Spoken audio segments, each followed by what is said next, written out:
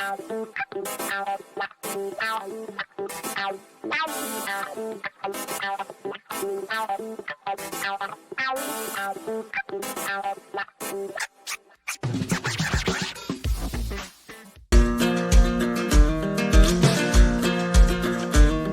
I wanted to start out with the piece that I published this morning over at HartmannReport.com. It's titled "No Man." I keep putting an N in there, and there shouldn't be. It's Nomad Land. Excuse me. No Man Land is, just such a. It's an old word, but Nomad Land, a word that was invented for the movie, exposes the middle class ripoff. Louise and I had been meaning to watch this movie for quite a while. It won all kinds of awards. The Chloe Zhao, I believe, is how her name is pronounced.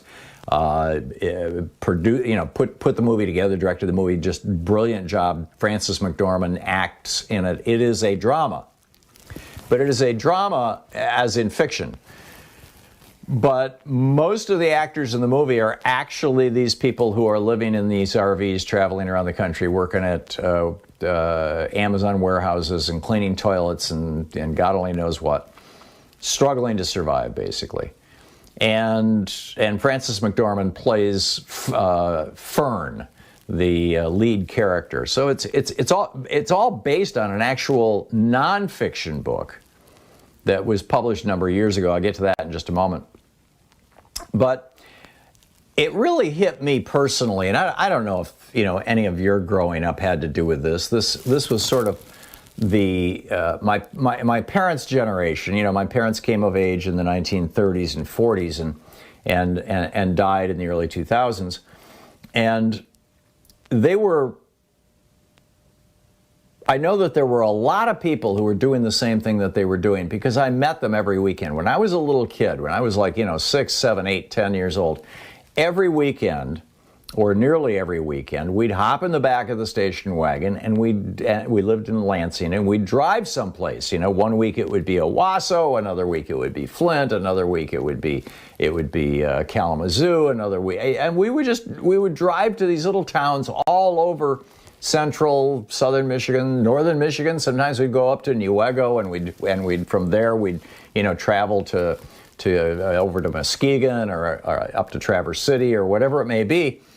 And our goal on these weekend trips was to hit as many secondhand stores, Salvation Armies and Goodwills, and some of them just had local names, as many secondhand stores as possible, because my dad and mom, this is where we got some of our clothes and things from. We were not wealthy, but mostly it was because mom and dad were collecting what they called antiques. Mom had this huge button collection.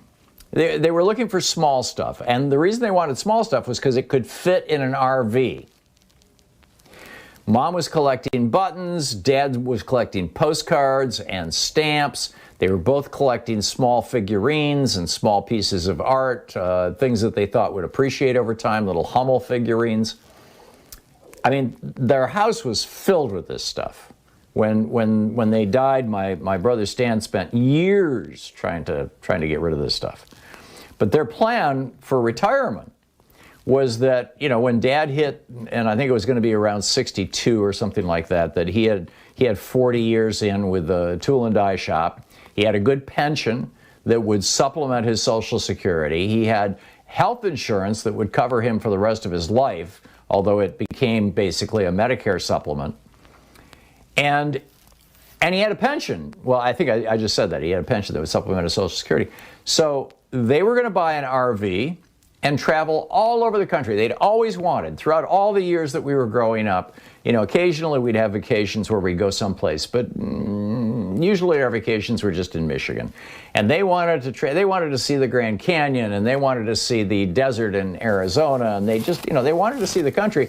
And their plan for how to pay for it was that all along the way they would stop at antique stores and secondhand stores, and they would be selling this stuff that they'd collected for years because it would have appreciated. Now, Dad died young because he got mesothelioma from, the asbestos industry lying to him.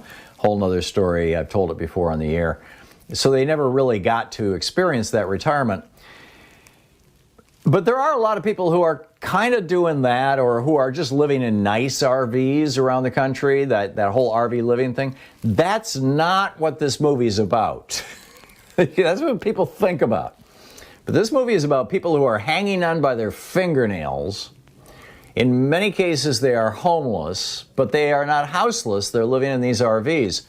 And they're sleeping in Walmart parking lots in their RVs. They migrate south and west during the winter, back north and east during the summer. And what we're seeing is that this is like the 2021 version of homelessness. I write in my piece over at HartmannReport.com today about how, Louise and I used to live here in Portland on a house that was on a main street. And, virtually every week we'd wake up one morning and there'd be a new RV parked out in front of the house. Old, beat up, kind of fallen apart RVs, and sometimes we had to clean up their trash from the front yard or hose down their sewage from the street. This is like the grapes of wrath. This is, and it raises some really interesting questions. Why is it that in the richest country in the world we can't provide for people when capitalism fails them? In the movie, the movie starts out with Fern losing her husband and then her job, and then the whole town basically goes broke. Well, why didn't we take care of those folks? They do in Europe. Why have we let our Social Security benefits get so badly eaten up by inflation and, Reagan raising the retirement age and taxing Social Security benefits that people can't live on it anymore? Why is it that in America, when people lose their jobs, like we saw in this movie, Nomadland — have you seen the movie, by the way? I'd love to hear your thoughts on it. Why is it that when people lose their jobs here, they also lose their health care? And they also get kicked out of college if they can't afford to pay tuition.